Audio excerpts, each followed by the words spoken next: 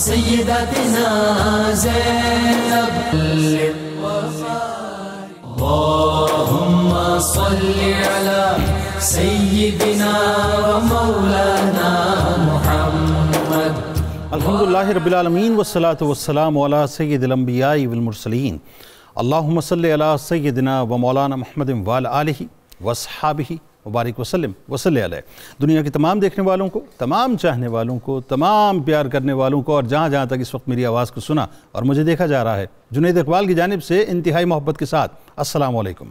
ایک بار پھر ناظرین، آپ کو واقعتاً پر نور صبح میں صبح نور کے ساتھ دل کی گہرائیوں سے خوش آمدید کہتا ہوں. اور آئیے بلا توقف چلتے ہیں حضرت ابو انیس محمد برکت علی علیہ رحمہ کی تالیف اسماء النبی کریم صلی اللہ علیہ وآلہ وسلم سے رسول اللہ صلی اللہ علیہ وآلہ وسلم کا ایک اسم مبارک پڑھنے اور سننے کی سعادت حاصل کرتے ہیں. سیدنا الغوث صلی اللہ علیہ وآلہ وسلم، ہمارے سردار، داد رسی فرمانے والے. درود و سلام بھیجے اللہ آپ صلی اللہ علیہ وآلہ وسلم پر، آپ صلی اللہ علیہ وآلہ وسلم کی آل پاک پر اور صحابہ کرام رضوان اللہ تعالیٰ علیہم اجمعین پر.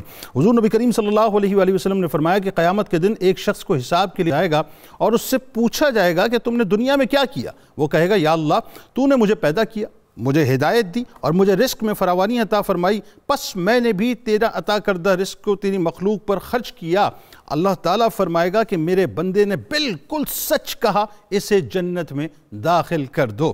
ناظرین کرام، آج اس عظیم ہستی کی عظیم ترین بارگاہ میں حاضر ہوتے ہیں جو آسمان سعادات کے روشن تارے ہیں، رسول اللہ صلی اللہ علیہ وآلہ وسلم کے پیارے ہیں، مولا کائنات مولا علی کرم اللہ وجہ الکریم کے راج دلارے ہیں، تقوی و پرہیزگاری جن کے گھرانے کی شان ہے، ولایت جن کے گھر والوں کی پہچان ہے، جن کا مقام انتہائی عالی ہے، جن کی شان تمام اولیاء میں نرالی ہے، جن کے در کا ہر ولی سوالی ہے، جن کا انداز جدا گانا ہے، جن کی شخصیت و کردار یگانہ ہے، ان کے اوصاف کا ہر زمانہ دیوانہ ہے، جو مصطفی و علوی فیضان کے والی ہیں، جن کی خدمات دین کی راہ میں مثالی ہیں، جن کی آمد کی بشارت ان کی آمد سے پہلے دی گئی، جن کی قطبیت پر بالاتفاق مہر ثبت کی گئی، جن کے زیر قدم تمام اولیاء کی گردن ہیں، جن کی روحانی حکومت کے تابع جن و بشر ہیں،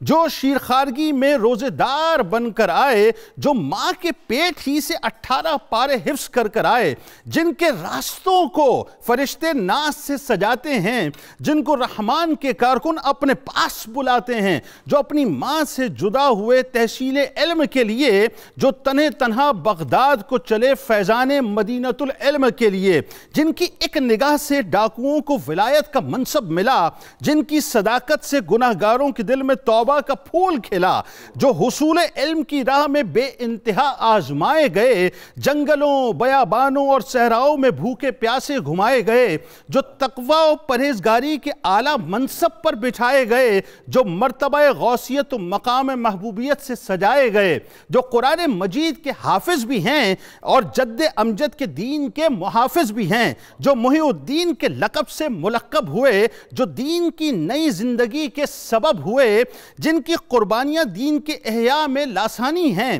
جن کے مراتب بے مثل و لافانی ہیں، جن کے خطاب سننے جن و بشر آتے تھے، جن کے در پر بڑے بڑے علماء سر جھکاتے تھے، جن کی نگاہ لوگوں کے قلوب پر ہوتی تھی، جن کے سامنے دنیا مثل ہتھیلی ہوتی تھی، جن کی خانقاہ روحانی دنیا کی محور بنی، جن کی درسگاہ علم کی ترویج کی رہبر بنی، جن کی کرامات حد تواتر کو پہنچی تھیں، جن کے خوارق عادات خشکی و ترک پہنچی تھیں، جن کا سایہ لشکر صلاح الدین ایوبی پر تھا، جن کے مریدوں کا دبدبہ ہر صلیبی پر تھا، جن کو جو مشرق جو شرق و غرب میں سردار اولیاء ٹھہرے، جو صلحاء کی نگاہ میں غوث الورا ٹھہرے، جن کی توصیف اکابرین امت کرتے ہیں، جن کی غلامی کا خاص و عام دم بھرتے ہیں، جن کی عبادتوں پر عبادتیں نازا تھیں، جن کی ریاضتیں عقل سے ماورا تھیں،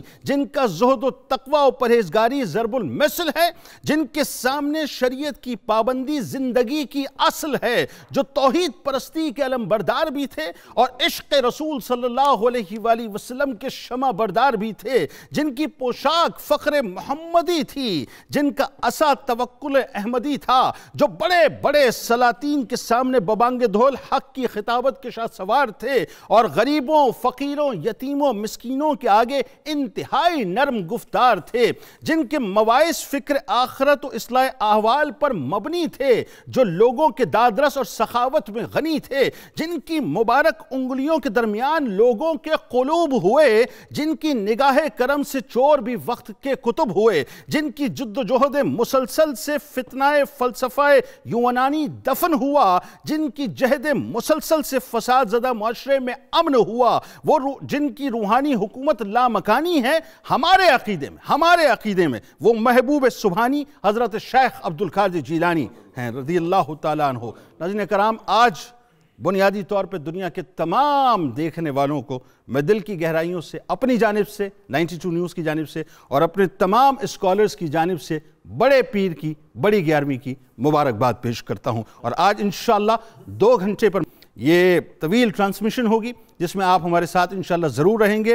حضور غوث العظم دستگیر حضرت شیخ عبدالقادر جیلانی رضی اللہ تعالیٰ عنہ کی حیات طیبہ پہ انشاءاللہ گفتگو ہوگی، اور ساتھ ساتھ آپ کو ہم بغداد شریف بھی لیے چلیں گے جہاں پر ممتاز اسکالرز براہ راست آپ کو عرس کے احوال انشاءاللہ بتلائیں گے۔ ہمارے ساتھ جو شخصیات تشریف فرما ہیں وہ یقیناً کسی تعارف کی محتاج نہیں ہیں۔ پہلی شخصیت میرے دائیں جانب ممتاز عالم دین محترم جناب پروفیسر محمد اعظم نوری صاحب، دوسری شخصیت میرے بائیں جانب ممتاز عالم دین جناب ڈاکٹر پیر سید شمس الرحمن مشہدی صاحب، تیسری شخصیت میرے دائیں جانب ممتاز اسکالر جناب ڈاکٹر شبیر احمد جامی صاحب، چوتھی شخصیت میرے بائیں جانب ممتاز اسکالر جناب ڈاکٹر طاہر احمد تنولی صاحب، اور پانچویں شخصیت ممتاز اسکالر میرے بائیں جانب جناب ڈاکٹر سید حامد فاروق بخاری صاحب، اور آخر میں ہمارے ساتھ ملک کے معروف شناخواں جناب محمد عاصم جماعتی صاحب موجود ہیں۔ تمام احباب کو السلام علیکم، خوش آمدید، اور میں آپ تمام احباب کو 11ویں شریف کی بہت بہت مبارکباد پیش کرتا ہوں، اور انشاءاللہ ناظرین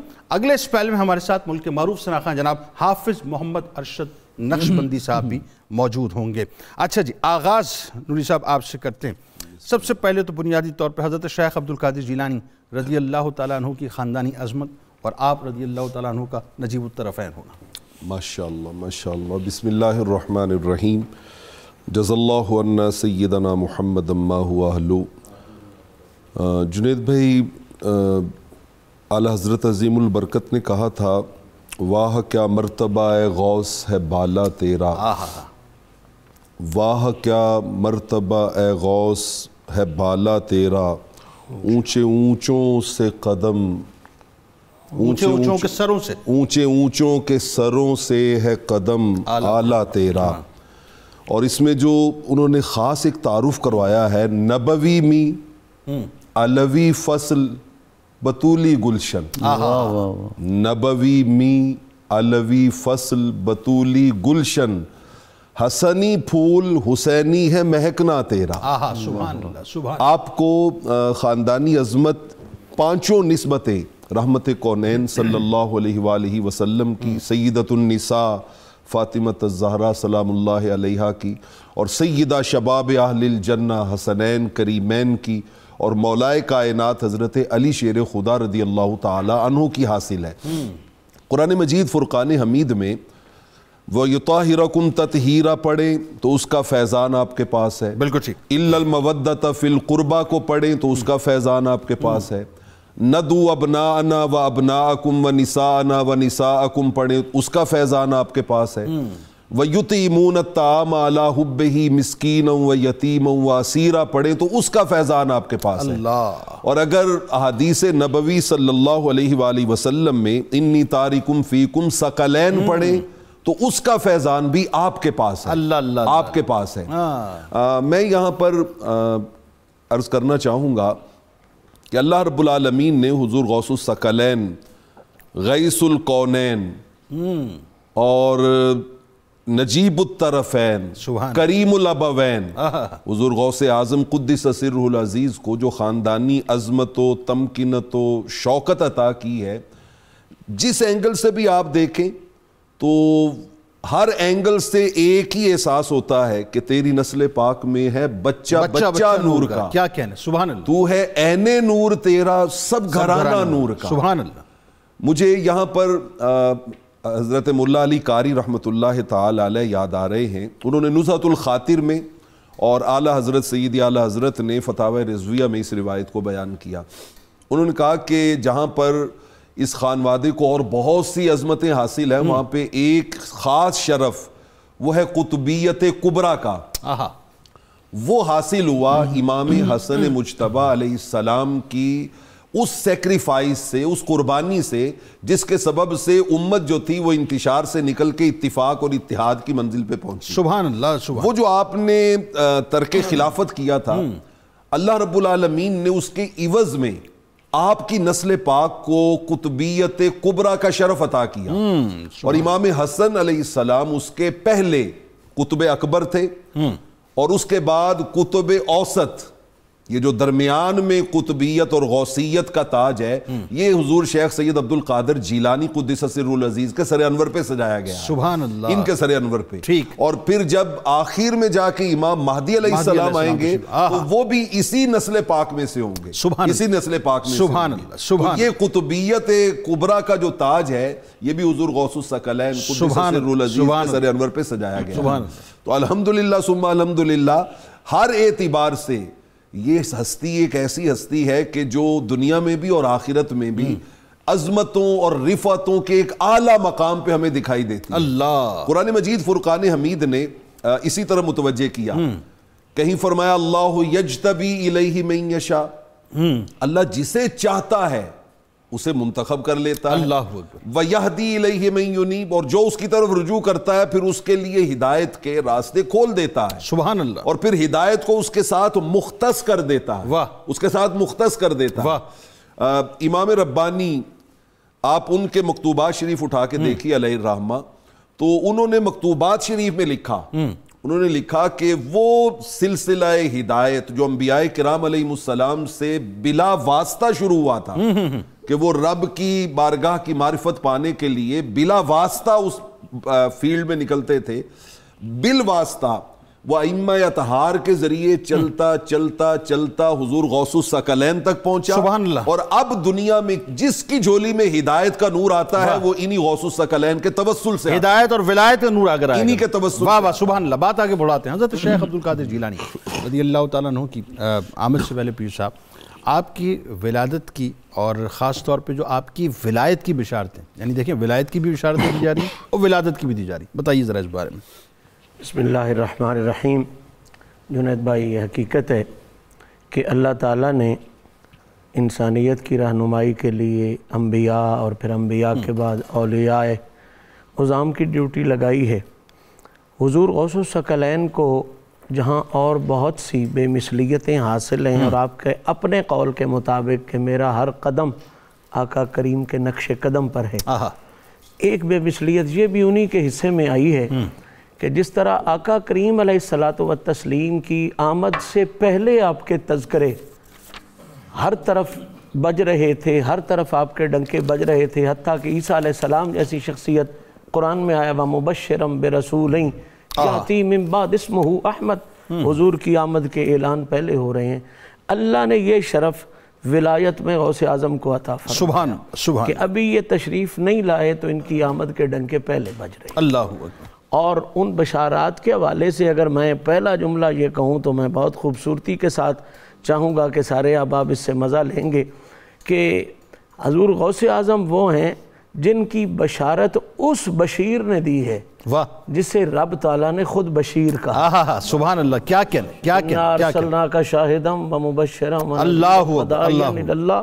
اور بشیر و نذیرہ والا رسول جو ہے انہوں نے خود بشارت عطا فرمائی. آپ کے والد گرامی کو زیارت ہوئی آقا کریم صلی اللہ تعالیٰ علیہ وآلہ وسلم کی, سبحان اللہ. آپ نے مبارک بھی دی اور غوث پاک کی ولادت کا تذکرہ بھی کیا کہ تمہارے گھر وہ بچہ ہوگا جو اس شان کا مالک ہوگا، اور ساتھ میں یہ اختصاص بھی فرما دیا کہ ولی اور بھی ہوں گے، لیکن جس طرح نبیوں کی سرداری اللہ نے مجھے عطا کی ہے، اسی طرح ولیوں کی سرداری اللہ تیرے بیٹے کو عطا کرے گا۔ کیا کہنا، سبحان اللہ، یہ اتنی بڑی بشارت ہے کہ سبحان اللہ۔ پھر اس کے بعد حضرت مولا علی کے شاگرد خاص ہیں، اور اگر فقر کے حوالے سے بولا جائے تو سلطان الفقر دوئم انہیں کہا جاتا ہے، امام حسن بصری، اور انہیں یہ شرف حاصل ہے کہ یہ اس گھر میں پلے ہیں جس گھر میں اللہ کے نور کھیلتے تھے۔ سبحان تو امام حسن بصری نے بھی 300-400 سال پہلے یہ فرما دیا تھا کہ 400-500 سال بعد بغداد میں ایک آئے گا اور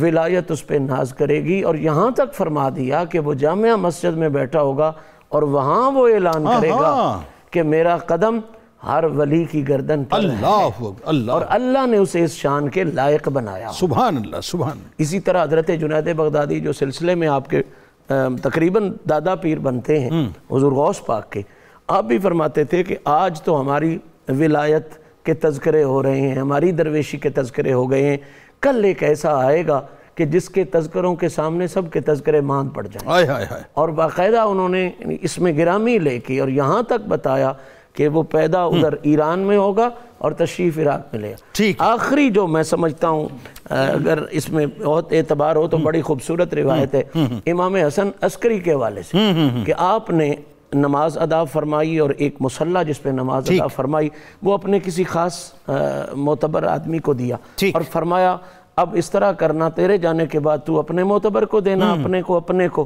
تو انہوں نے پوچھ لیا کہ حضور یہ مصلی جانا کدھر ہے؟ ٹھیک، آپ نے فرمایا یہ مصلی عبد القادر جیلانی۔ سبحان اللہ۔ جی ڈاکٹر صاحب، آپ ذرا بتائیے کہ آپ کے والدین کا جو مقام و مرتبہ اور خاندانی تعارف، یعنی ظاہر ہے ہم تو کون اور ہماری اوقات کیا، ہم ان کے مقام و مرتبے کو سمجھ سکیں، لیکن وہی بات ہے کہ ان رفتوں میں اپنا حصہ ڈال کے اپنے آپ کو رفیع کرنے کی کوشش کرتے ہیں، بتائیے ذرا۔ بسم اللہ الرحمن الرحیم۔ بڑی خوبصورت باتیں چل رہی ہیں۔ اسلام کے اندر جو حضور غوث پاک کے اوپر خاص رنگ لگتا ہے، اس کی بنیادی وجہ یہ ہے کہ جہاں صدق اور صفا آخری حد تک آ جائے نا، وہاں پھر انوار کی کامل بارش ہوتی ہے۔ واہ واہ واہ، سبحان اللہ۔ تو یہ جو صدق و صفا آپ کی سیرت و کردار میں ہمیں بعد میں نظر آتا ہے، اس کی جھلک آپ کے خاندان میں چل رہی تھی۔ واہ سبحان اللہ، سبحان۔ دیکھیں ان کے والد صاحب کی طبیعت کی گہرائی چیک کریں، واہ، رزق حلال دیکھیں، واہ، عبادت کو ذوق و شوق دیکھیں کہ وہ ان کا مزاج کتنا غیرت مندانہ ہے کہ ان کو جنگی دوست کہا جاتا ہے، کہ جہاد علی النفس اور جہاد فی سبیل اللہ میں ان کو بڑا شغف تھا۔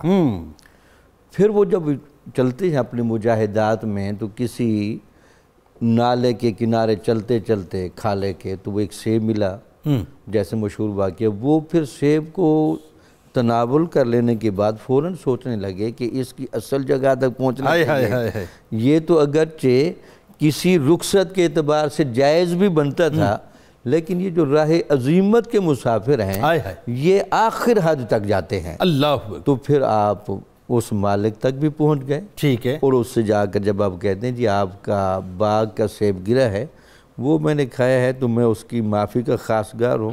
اور اس نے کہا جی یہ ویسے تو معافی نہیں ملنے لگی، آپ کو یہاں 10-12 سال یہاں مزدوری کرنی ہے۔ اچھا، وہ عبداللہ سومی رحمۃ اللہ علیہ نے بھانپ لیا تھا کہ معاملہ کچھ اور ہے، اس بات کو یہیں روکنا ہے۔ بالکل ٹھیک ہے، بات کو یہیں روکنا، بڑی خوبصورت بات۔ بہرحال وہ جب آپ نے اوقات مکمل کر لیے، دورانیہ مکمل کیا، تو پھر کہا جی دورانیہ مکمل ہو گیا ہے تو اب میرے لیے معافی کا آرڈر آپ فرمائیں۔ تو انہوں نے کہا کہ نہیں، ایک اور شرط بھی ہے کہ میری ایک صاحبزادی ہے، اس کی پھر چند صفات بتائیں۔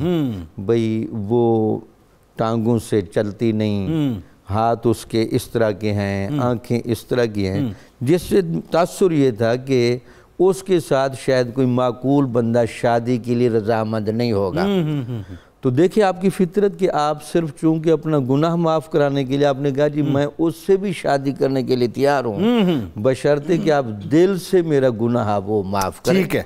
تو پھر جب آپ کو علم ہے کہ وہ سارا جو ایک سما بنا، وہ پھر جب آپ اس جگہ گئے نکاح کے بعد تو آپ حیران رہ گئے کہ ایک انتہائی دوشیزہ اور خوبصورت بالکل صحیح سالم.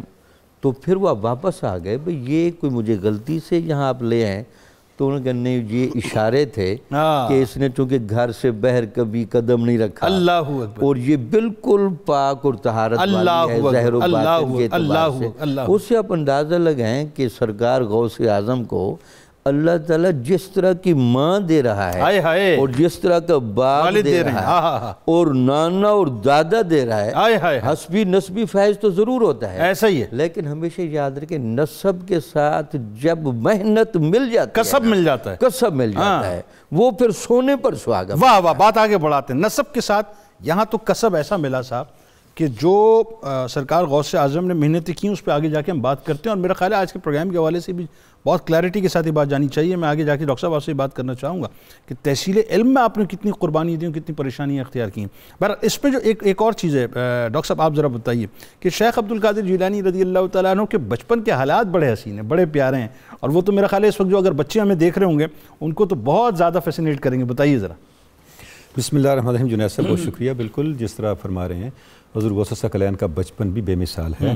اللہ رب العزت نے جن لوگوں کو چنا ہوتا ہے اپنی راستے کے لیے, اپنے رضا کے لیے, ان کو شروع سے ہی ایسا بنایا ہوتا ہے کہ ان کی جو پرورش ہے, ان کی جو نشو و نما ہے, اس میں کوئی نقص باقی نہیں رہتا. آپ دیکھیں نا جب موسیٰ علیہ السلام پہنچ گئے فرعون کے گھر تو قرآن مجید میں ہم نے سب دائیوں کے دودھ اس پہ حرام کر دیا. آئے ہائے, کیونکہ والدہ کا دودھ آنا تھا. وجہ یہ ہے کہ وہ خدا جانے وہ کیسا دودھ تھا, لہذا اللہ رب العزت نے جہاں بھی شک تھا اس کا دروازہ بند کر دیا. تو یہاں پر بھی آپ دیکھیں حضور غوث ثقلین کے بچپن سے ہی جو اہل جیلان تھے وہ رمضان کا تعین اس سے کرتے تھے کہ سیدوں کے گھر پیدا ہونے والا بچہ دودھ پیتا ہے آج کی رات کے نہیں پیتا, اس دن میں دودھ پی رہا ہے کہ نہیں پی رہا. یعنی جن کے روزے کے جن کے دودھ پینے نہ پینے کے پیمانے سے چاند کے ہونے نہ ہونے کا پیمانہ ہونے, یعنی کہ اس کا تعین لوگ کر رہے ہوتے تھے. تو اللہ رب العزت نے بچپن سے ہی حضور غوث ثقلین کی تربیت کا اہتمام ایسا فرمایا, اسباب ایسے میسر فرمائے کہ جو آگے چل کر کے تقویٰ اور زہد اور اس منزل کی طرف چلتے تھے. آپ فرماتے ہیں جب میں بچپن میں کبھی کھیل کے لیے بھی نکلتا تو مجھے غیب سے آواز آتی, مبارک ہماری طرف آ, یہ تیرا کرنے کا کام نہیں ہے. تو میں دوڑ کے اپنی والدہ کی گود میں چلا جاتا. آپ فرماتے ہیں میں ایک مرتبہ کھیلنے کے لیے ویسے نکلا, جنگل کی طرف نکلا, تو آگے ایک بیل جا رہا تھا, اس نے میری طرف مڑ کے اللہ رب العزت نے اسے کلام کرنے کی طاقت دی. اس نے کہا عبد القادر تو اس کام کے لیے نہیں پیدا کیا گیا. فرماتے مجھ پہ عجیب کیفیت طاری ہوئی, میں گھر آ گیا اور اپنے مکان کی چھت پہ چڑھ گیا. تو اللہ رب العزت نے مجھے ایسا مشاہدہ عطا کیا کہ حج کے منظر جو تھے وہ میری نگاہوں عرفات کا میدان میرے سامنے کھلنے لگا, عرفات کا منظر میرے سامنے کھلنے لگا.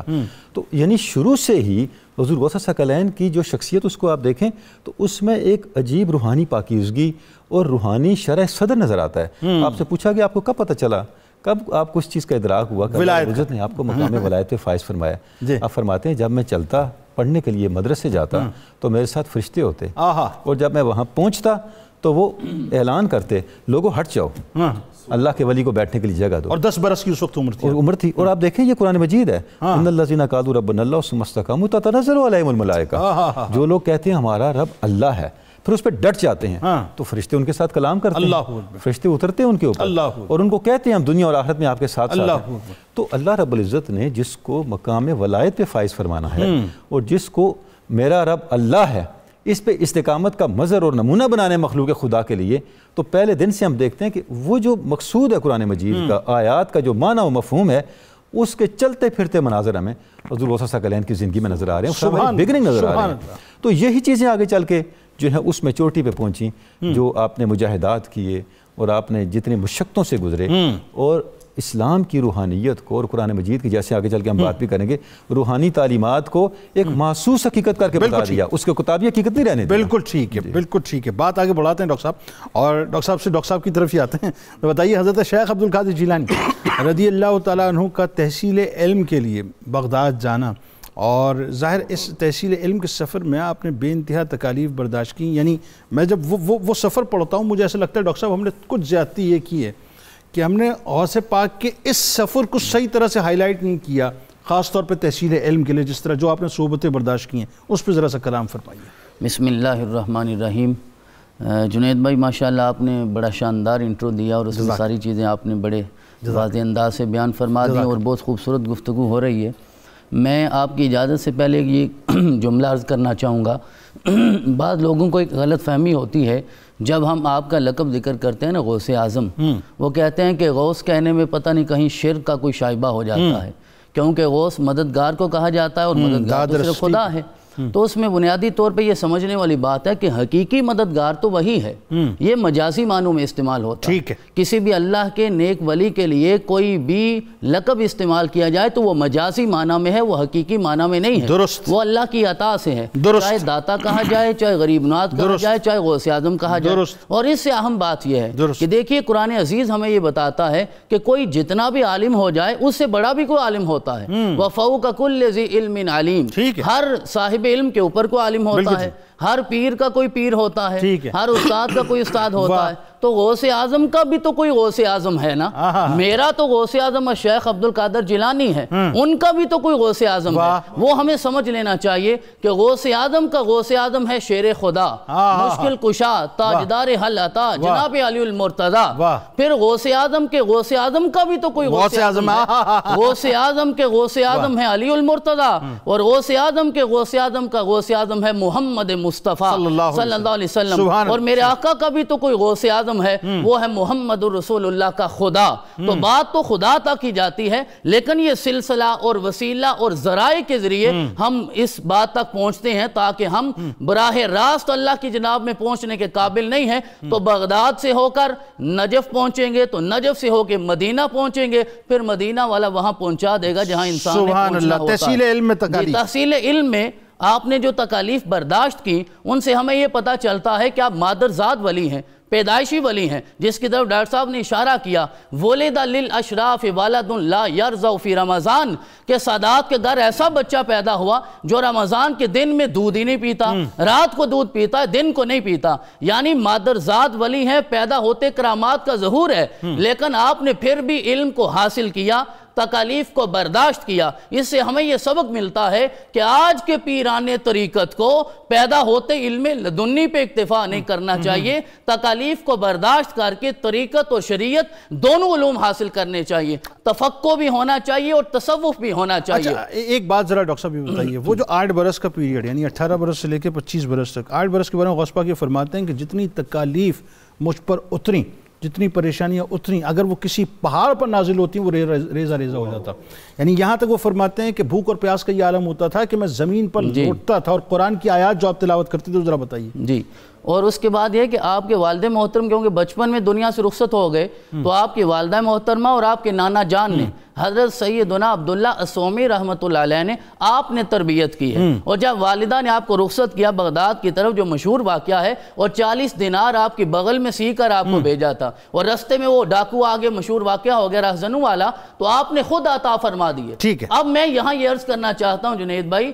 آپ تعلیم حاصل کرنے جا رہے تھے، تعلیم حاصل کر کے واپس نہیں آ رہے تھے، ابھی فراغت نہیں ہوئی، ابھی علم شروع کرنا ہے، پہلے ہی بتا دیا میری ماں نے مجھے سکھایا ہے کہ زندگی میں کبھی جھوٹ نہیں بولنا، جامعہ درسگاہ دارالعلوم وہ بھی ذمہ دار ہوتے ہیں، لیکن پہلی درسگاہ بچے کی ماں کی گود ہوتی ہے، ماں کی گود سے جب یہ تربیت ملے، یعنی جہاں صداقت اور طہارت اور کسب حلال اس درجے تک پہنچ جائے، پھر میرا رب ان والدین کو عبد القادر جیسا بیٹا عطا فرماتا ہے۔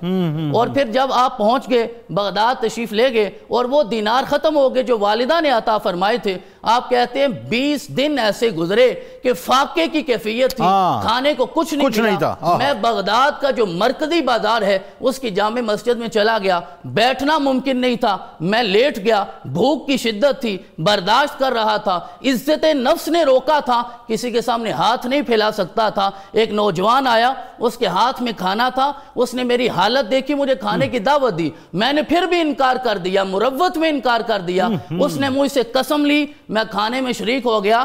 اور یہ بڑا واقعہ سمجھنے والا ہے، آپ کہتے ہیں جب میں نے پہلا لقمہ توڑا وہ میرے ساتھ باتیں کرنے لگا، مجھے کہتا ہے تم جانتے ہو بغداد میں کہیں ایک نوجوان رہتا ہے، اس کا نام عبد القادر ہے۔ میں نے کہا وہ تو میں ہی ہوں۔ وہ شرمندہ ہو گیا، وہ کہنے لگا میں آپ سے معذرت چاہتا ہوں، یہ جو کھانا لے کے آیا ہوں یہ آپ کی والدہ نے مجھے 8 دینار دیے تھے جو میں نے آپ تک پہنچانے تھے، آپ سے ملاقات نہیں ہوئی، آپ کو تلاش کرتا رہا، آج بھوک لگی، میرے اپنے پاس کچھ نہیں تھا، میں آپ آپ کے پیسوں سے کھانا لے کے آیا ہوں، آپ نے وہ کھانا کھایا، اسے معافی بھی عطا فرمائی، جو باقی دینار تھے وہ بھی اسے عطا فرمائی۔ تو اس طرح آپ یہ منازل طے کرتے رہے، اور آپ وہاں تشریف لے جاتے تھے کہ جہاں دیگر اولیاء بھی رزق حلال کی تلاش میں ہوتے، اور جب دیکھتے اور اولیاء ہیں تو آپ واپس لوٹ آتے تھے، تاکہ ایسا نہ ہو میری وجہ سے کسی اور کو رزق ملے اور اس کا نقصان ہو جائے۔ ایثار کی یہ کیفیت اس حال میں بھی آپ نے بالکل۔ ناظرین ہمارے ساتھ رہیے، اور ایک مختصر سا وقفہ ہے۔ جب ظاہر ہے آل کی بات ہے تو یہ ممکن نہیں ہے کہ جد پر درود پاک نہ ہو۔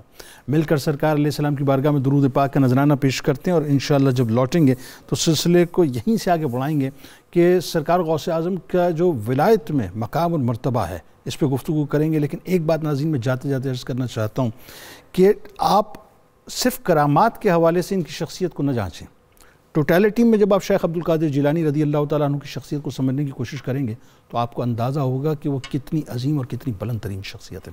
درود پاک۔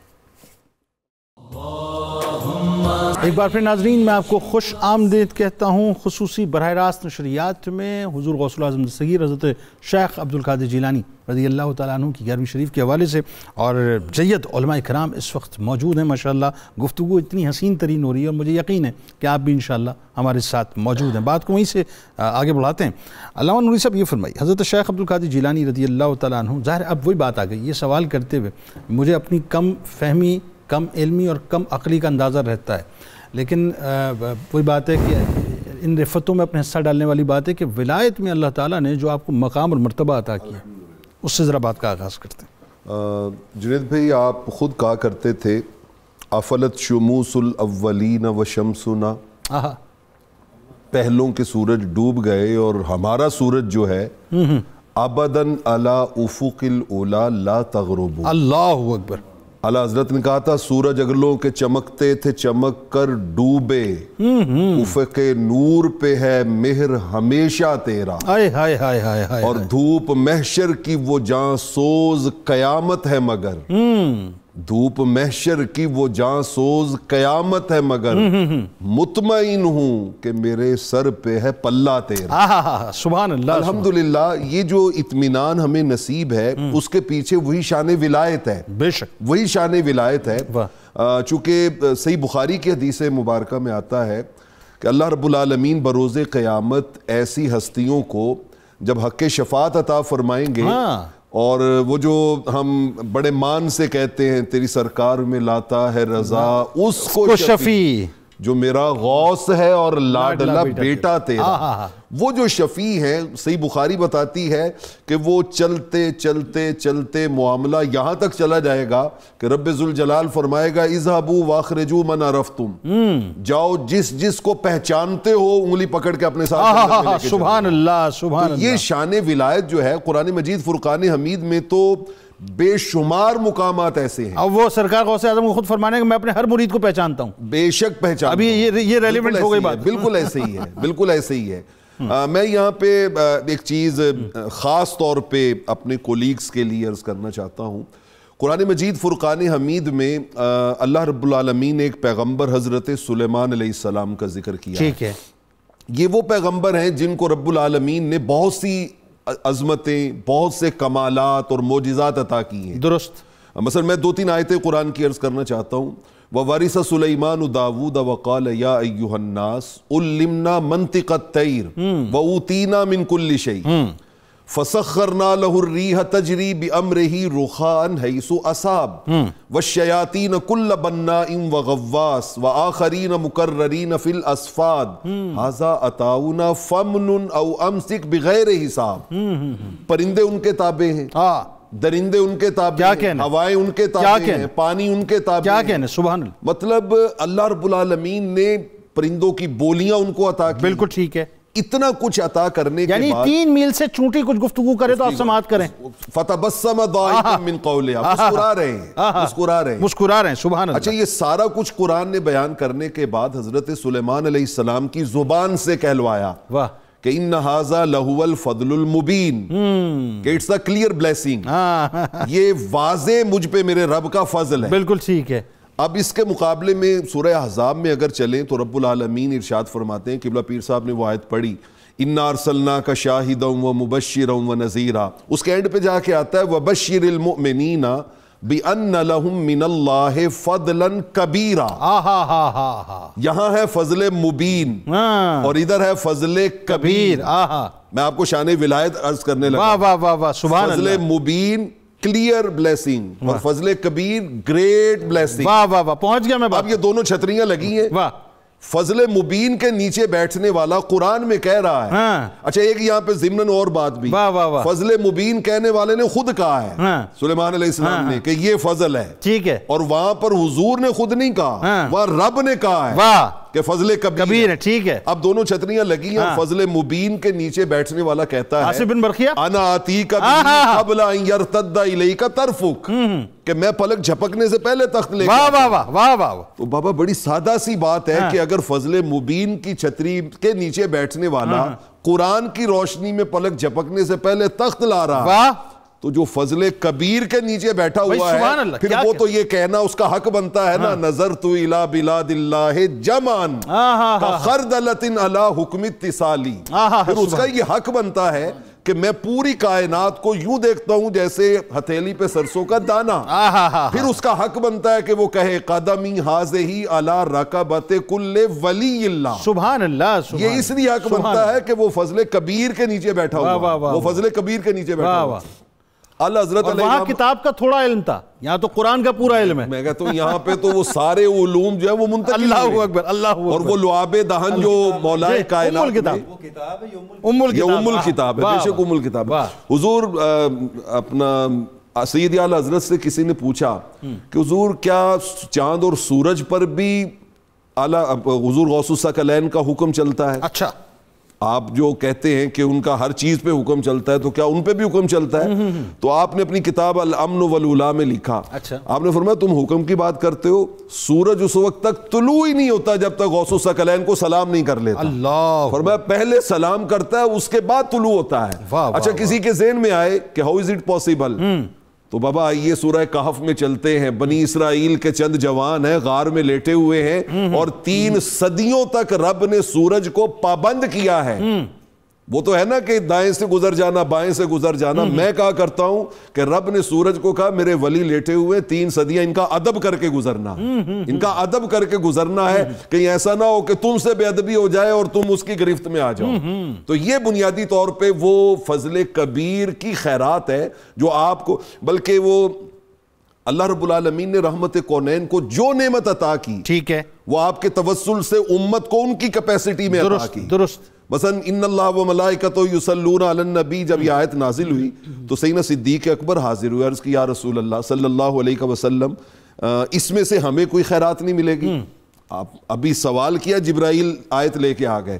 فرمایا رب کہہ رہا ہے ابو بکر سے کہے هو الذی یصلی علیکم وملائکتہ, فرمایا جو رب حضور پہ درود و سلام پڑھ رہا ہے وہی رب تم پہ بھی رحمتیں بھیج رہا ہے, تم پہ بھی, ان کی اپنی حیثیت میں تمہاری اپنی حیثیت. واہ واہ واہ. اچھا اس مثال کے بعد جب میں پڑھتا ہوں نا انا اعطیناک الکوثر, سبحان اللہ, سبحان, تو پھر مجھے وہاں پر دکھتا ہے کہ رب ذوالجلال نے میدان نبوت میں جو کثرت حضور کو عطا کی تھی وہی کثرت ایک امتی کی حیثیت میں میدان ولایت میں حضور غوث الثقلین, سبحان اللہ. اچھا اب ایک بات ذرا سے یہ بتائیے, یہ وہ میں عموماً ایک بات کہتا ہوں کہ دعویٰ ہمیشہ دلیل مانگتا ہے. بے شک ایسے دعویٰ بہت بڑا ہے کہ میرا قدم تمام اولیاء کی گردن پہ, اور دلیل یہ ہے کہ سب نے سر تسلیم خم کیا, جس نے نہیں کیا وہ راندے درگاہ ہو گیا. بالکل ایسے ہی, ایسا ہی ہوا, بالکل ایسے ہی ہے. اس کا مطلب یہ وہ دعویٰ جو ہے دلیل کے ساتھ مربوط ہو گیا. بالکل ایسے ہوا, مطلب اس کی ہسٹوریکل ایویڈنس موجود ہے, اس کی ایویڈنس موجود ہے. اور وہ جو آپ نے دعویٰ کیا تھا وہ تو ہے نا گفتہ اللہ بود گرچہ از حلقوم عبداللہ بود, یہ تو وہ صحیح بخاری کی حدیث نمبر 6502 کا فیضان ہے کہ کنت سمعہ الذی کنت بصرہ الذی کنت یدہ التی کنت رجلہ التی, اور مسند بزار میں ہے کنت فؤادہ الذی یاکل بہ وکنت لسانہ الذی یتکلم بہ. تو یہ ساری کیپیسٹیز جو ہے, کیپیبلٹیز, وہ رب ذوالجلال اپنے بندوں کو عطا فرماتا ہے. سبحان اللہ. بات کو آگے بڑھاتے ہیں. اب اس میں پیر صاحب ذرا ایک اور بات بتائیے, آپ کے القابات بڑے حسین ہیں اور ظاہر طویل القابات ہیں, میں چاہتا ہوں ذرا سا اس میں کچھ القابات پہ کلام ہونا چاہیے, لیکن ساتھ ساتھ ایک جو بڑی خاص لقب آپ کو عطا ہوا وہ محی الدین کا عطا ہوا, اور اس میں ایک خواب سے اس کا ظاہر تعلق بھی ہے. تو ایک تو محی الدین کے معنی، اس کی مفاہیم، اور پھر محی الدین آپ نے بن کے کیسے دکھایا، ذرا اس پہ بھی تھوڑی سی گفتگو ہو جانی چاہیے. بسم اللہ الرحمن الرحیم. جنید بھائی، یہ حقیقت ہے کہ اچھے معاشروں میں اور اچھے ماحول میں لقب وہ مشہور ہوتے ہیں جو حقیقت کے مطابق ہوتے ہیں. ہمارے والا حال نہیں ہے کہ آج جو سب سے بڑا جاہل ہوتا ہے وہ بہت بڑا شیخ الحدیث اس کو سب سے بڑا لقب دیتے اور ڈاکٹر کہلوانے لگ جاتا ہے. وہ معاشرہ جس معاشرے میں حضور غوث پاک تشریف لائے ہیں، اس معاشرے میں بڑے بڑے نفیس لوگ تھے اور بڑے بڑے صالح لوگ تھے. انہوں نے جو لقب سنا، عام کیا، اس میں ان کی نفاست، ان کی طہارت اور ان کی سچائی کارگر تھی. حضور غوث پاک کے بے شمار القابات ہیں. ظاہری بات ہے جتنی اعلیٰ صفات ہوگی القابات بھی اتنے ہی زیادہ ہو جائیں گے. میں سمجھتا ہوں کہ ان بے شمار القابات میں سے 3 لقب تو ایسے ہیں جو تقریباً ہر بندے کے لیے ورد زبان. جی وہ کیا؟ پہلا لقب تو ظاہری بات ہے غوث الاعظم. ہاں ٹھیک ہے. یہ میرے خیال میں آپ عرب عجم جہاں بھی جائیں یہ لقب ہر بندے کی زبان. بالکل ٹھیک ہے. اب غوث کہتے ہیں مدد کرنے والے کو، اعظم کہتے ہیں بڑے مدد کرنے والے کو. بالکل ٹھیک ہے. اس پر شاہ صاحب نے تفصیلی بات کر دی ہاں کہ غوث الاعظم کا مطلب ہے اس دور میں سب سے بڑا مدد کرنے والا. واہ. اور یہ مجازی معنی ہے حقیقی بندوں میں. ٹھیک. حقیقی معنی میں تو اللہ ہی ہے. جس طرح اللہ سمیع ہے، بصیر ہے، اور جنید بھی سمیع اور بصیر ہے، میں بھی سمیع اور بصیر ہوں. یہ مجازی قرآن کہتا ہے دونوں کے لیے سمیع.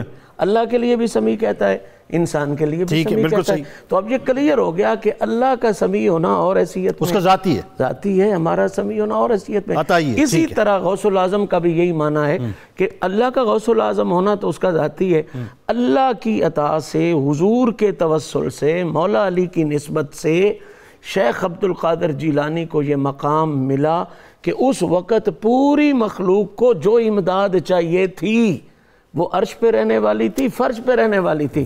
اس کی کیپیبلٹی انہیں عطا ہو گئی اور انہوں نے ہر مخلوق کی مدد فرمائی. انسان ہے، کوئی ولی ہے، کوئی باطل ہے، کوئی حق ہے، حتیٰ کہ جو ایسی مخلوق ہے جو نظر نہیں بھی آتی، غوث الاعظم نے ان کی بھی امداد فرمائی. تو یہ غوث الاعظم ہو گیا. دوسرا لقب جو عام زبان میں بہت مشہور ہے اس کا نام ہے پیران پیر. یہ بھی تقریباً ہر بندہ جو اردو بولنے والا یا فارسی بولنے والا ہے اس کے پاس تو ہے. اب پیران پیر کا سادہ سا مطلب یہ ہے کہ ہر پیر کا پیر. بہت سادی سی بات. ہر پیر کا پیر.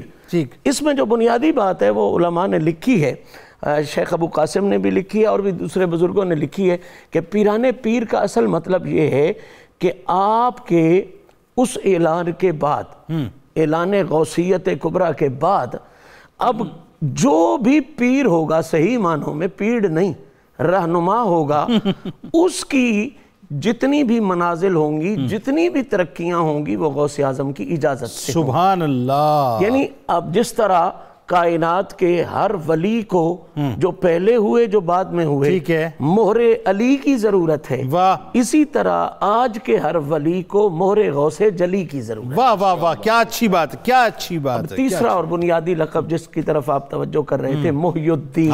محی الدین. محی الدین کا سادہ سا مطلب ہے دین کو زندہ کرنے والا. اب جس بندے کے سامنے وہ ہسٹری ہے جو یہ بتاتی ہے کہ جب آپ تشریف لائے تو اس وقت معاشرے کی حالت کیا تھی، اس وقت اسلامی مملکت میں کیا ہو رہا تھا، باہر کیا کون کون سے فلسفے تباہ کر رہے تھے اسلامی نظریات کو، وہ اچھی طرح جانتا ہے کہ یہ غوث پاک کا ہی کردار تھا جس نے ان فلسفوں کو، ان سازشوں کو نیست و نابود کیا، عمل کے ساتھ، ٹھیک ہے، زبان کے ساتھ، ٹھیک ہے، تحریک کے ساتھ، ٹھیک ہے، اور ہمیشہ کے لیے دین اسلام کی زندگی کا ایک سبب بنے. اور آپ نے خود بھی ایک روایت بیان فرمائی محی الدین کے حوالے سے. وہ کیا؟ آپ فرماتے تھے کہ میں کسی جگہ سے واپس بغداد آ رہا تھا تو رستے میں مجھے ایک کمزور سا انسان زمین پر گڑا ہوا ملا، تو میں نے اس کی طرف توجہ کی. اس سے یہ بھی پتہ چلتا ہے کہ ہم کمزوروں کی طرف توجہ نہیں کرتے، محمد کے غلام ہمیشہ کمزوروں کی طرف پہلے توجہ کرتے. تو آپ نے توجہ فرمائی تو اس نے کہا جی مجھے اٹھائیے.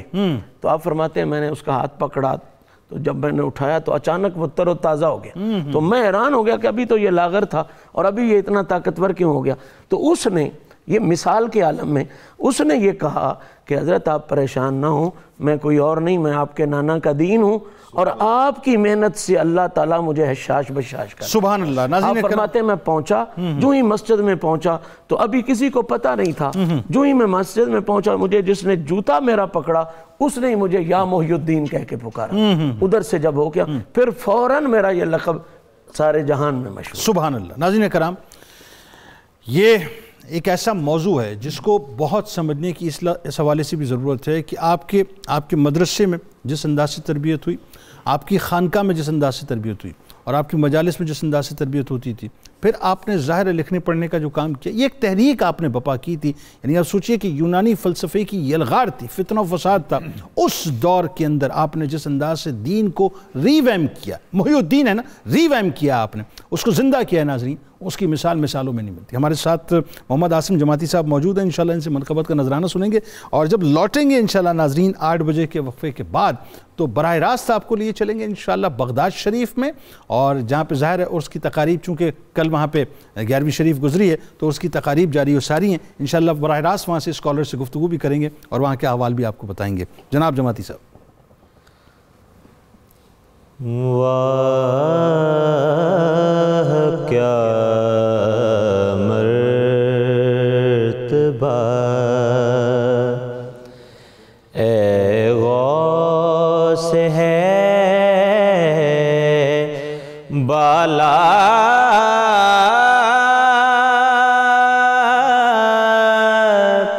تیرا،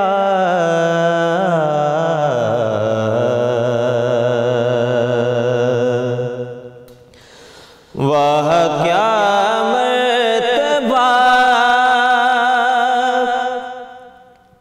اے غوث ہے بالا تیرا، اونچے اونچوں کے سروں سے قدم آلا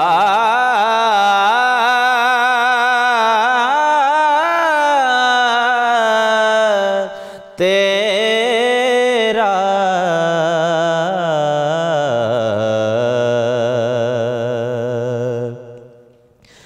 سربلا کیا کوئی جانے کہ ہے کیسا تیرا، سربلا کیا کوئی جانے کہ ہے کیسا تیرا،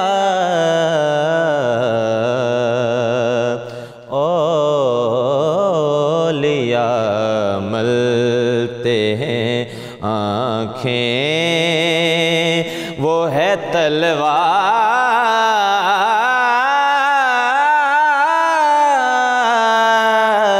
تیرا،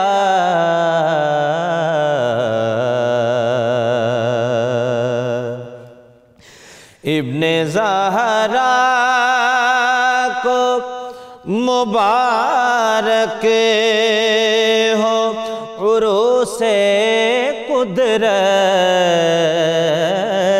ابن زہرا کو مبارک ہو عروس قدرت، قادری پائیں تصدق میرے دولا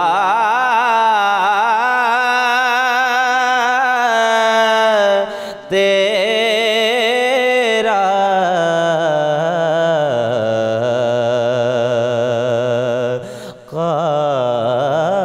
قادری پائیں تصدق میرے دولا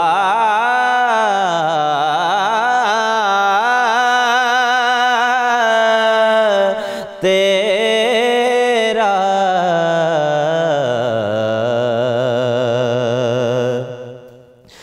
فخر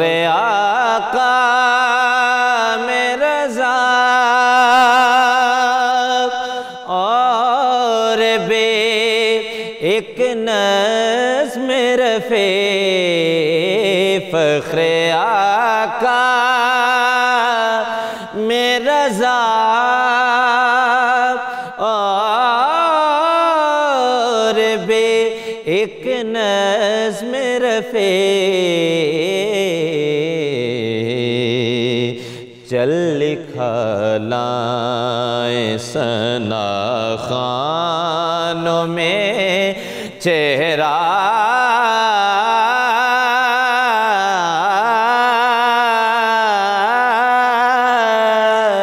تیرا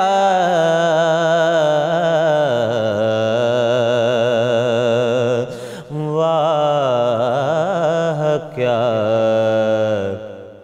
مرتبہ اے غوث ہے بالا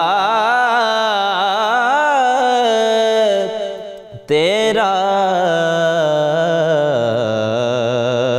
اونچے اونچوں کے سروں سے قدم آلا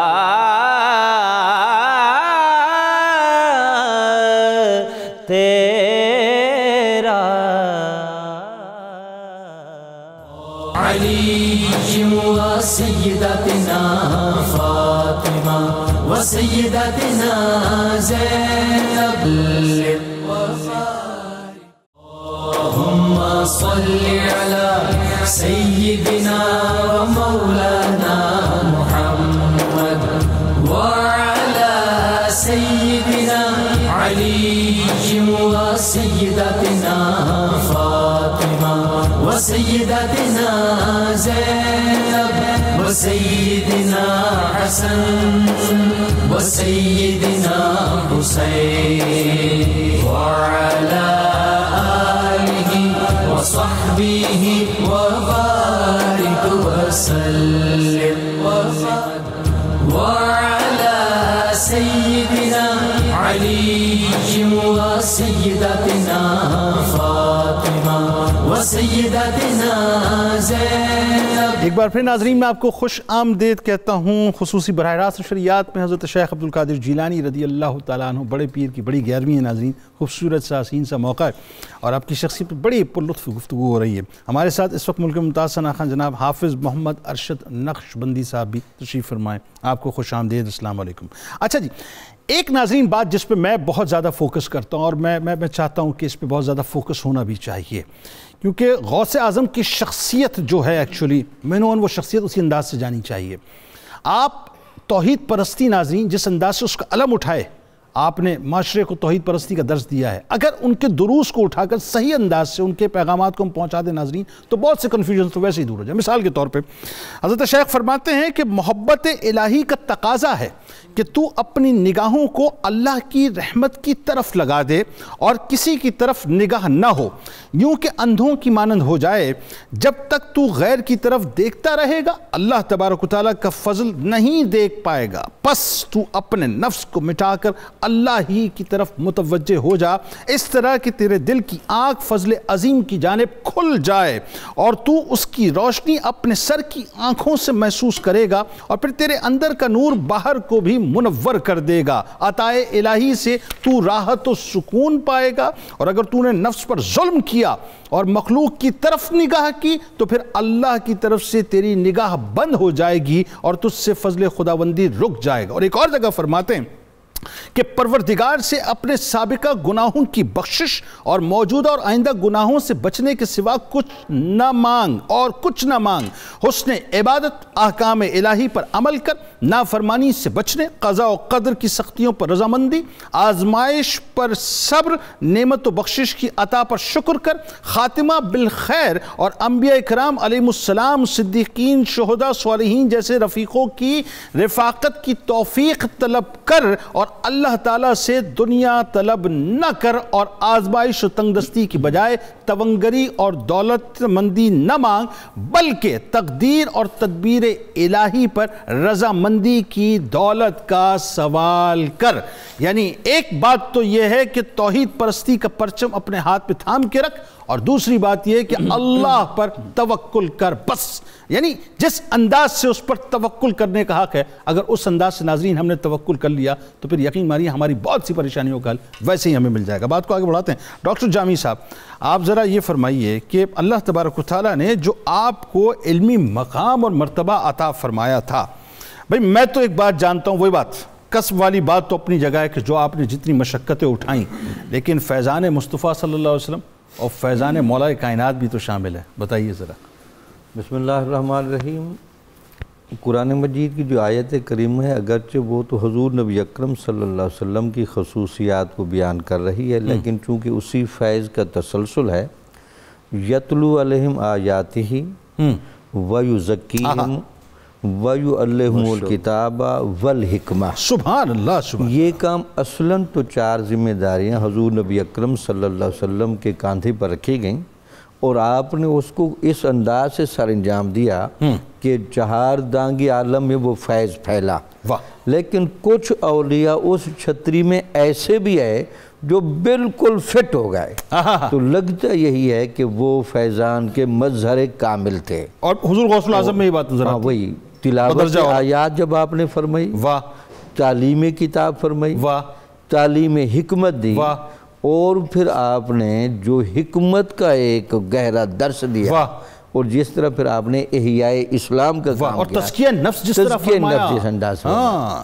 بنیادی طور پر ہوتا کیا ہے، مفکرین کے اس پر اتفاق ہے کہ علم کو کامل طریقے سے حاصل کیا جائے۔ ٹھیک ہے۔ حضور غوث پاک نے علم اتنا کامل حاصل کیا تھا کہ آپ اجتہاد کبریٰ کے مقام پر بھی فائز تھے۔ سبحان اللہ۔ آپ صرف ولایت کے باب میں کتب اعظم نہیں تھے، بلکہ آپ علم کے باب میں بھی امام اعظم کے درجے کے بندے تھے۔ اچھا، جو مسئلہ بن کر پہاڑ بن جاتا تھا عرب و عجم میں، وہ آپ کے سامنے آ کر رائی بن جاتا تھا، رئی کے دانے کی طرح ایسے ہی تھا، چونکہ وہ علم لدنی کا فیض بھی تھا، اور وسعت اللہ نے بڑی دی تھی فیض کی۔ آپ کے زمانے میں ایک مسئلہ آیا، مسئلہ یہ تھا کہ ایک بندے نے کوئی قسم اٹھا لی ہے کہ میں اپنی بیوی کو 3 طلاقیں دے دوں گا یا ہو جائیں گی اگر میں نے کوئی ایسی عبادت نہ کی کہ اس عبادت کے دوران میرے ساتھ کوئی شریک نہ ہو، یعنی واحد میں ہوں جو عبادت واحد عبادت کر، اور کوئی پوری دنیا میں نہ کر۔ بڑا کمال واقعہ ہے۔ سارے لوگ پریشان ہوئے، علماء سوچتے رہے کہ یہ کون سا عمل ہو سکتا ہے۔ جب یہ کیس سیدنا شیخ عبد القادر جیلانی رحمۃ اللہ علیہ وقت کون سا ہوگا، ہاں صحیح بات، تو آپ نے فوراً کہا کہ اس بندے کو آپ لے کر جائیں، خانہ کعبہ کے گرد جو مطاف کی جگہ ہے اس کو خالی کرا لیا جائے، یہ اکیلا خانہ کعبے کا طواف کرے، تو اس کی یہ وہ عبادت ہوگی، آئیے اس قسم سے بچ جائے گا۔ سبحان اللہ، سبحان اللہ۔ اسی طرح آپ کے زمانے میں ایک اور واقعہ پیش ہے، آپ کو چونکہ تصوف پر بھی بڑی گہری نظر تھی، کسی بندے نے کہہ دیا جی میں ظاہری نگاہوں سے خدا کو دیکھتا ہوں، تو علماء کے درمیان بڑی تشویش پھیل گئی کہ نگاہ بصیرت سے اور نگاہ روحانیت سے انوار الہیہ کا مشاہدہ تو اولیاء کو ہوتا ہے، لیکن یہ بندہ کہتے کہ میں ظاہر و باہر دیکھ رہا ہوں، تو اس پر اللہ تعالیٰ کو، اس پر سرکار غوث اعظم نے اس بندے کو بلایا، اس کو سمجھایا، اور لوگوں کو یہ کہا کہ اس کی بصیرت پر جو انوار پڑھ رہے ہیں، اس بصیرت کی جھلک نے بصارت پر بھی گویا کہ قبضہ کر لیا ہے، تو اس وجہ سے اس کو بصارت میں جو نظر آ رہا ہے وہ بصیرت والا ہی نظر آ رہا ہے۔ تو یہ بندہ یہاں تھوڑا سا مجبور ہے، اور اس کو سمجھا کہ آپ تھوڑا سا ہوش میں آئیں، تو آپ بصیرت کے معاملات کو الگ رکھیں، بصارت کے معاملات کو الگ رکھیں۔ پھر آپ کی قرآن کی تفسیر کا جو واقعہ ہے، جو علامہ ابن جوزی جیسے محدث اور اسلام کو ایک کڑے معیار پر جانچنے کی طلب رکھنے والے مفکر بھی حیران رہ گئے کہ جب آپ کے سامنے قرآن مجید کی آیت تلاوت کی گئی تو آپ نے اس کی 11 مختلف جہتوں سے تفسیریں کی، جو دو دوست گئے تھے وہ ایک دوسرے سے پوچھتے ایک دوسرے کو دیکھ رہے تھے، یہ بھی آتی ہے، یہ بھی آتی ہے، یہ بھی آتی ہے۔ اس کے بعد آپ نے 40 تک معنی باقاعدہ سندوں کا نام لے کر علماء کے نام لے کر بیان کیا، یعنی 12ویں سے لے کر 40 تک معلوم نہیں تھی، اور آپ نے باقاعدہ وہ بھی علماء کی بیان کی۔ یہ آپ کا وسعت علم کا اشارہ تھا کہ ہماری رسائی تو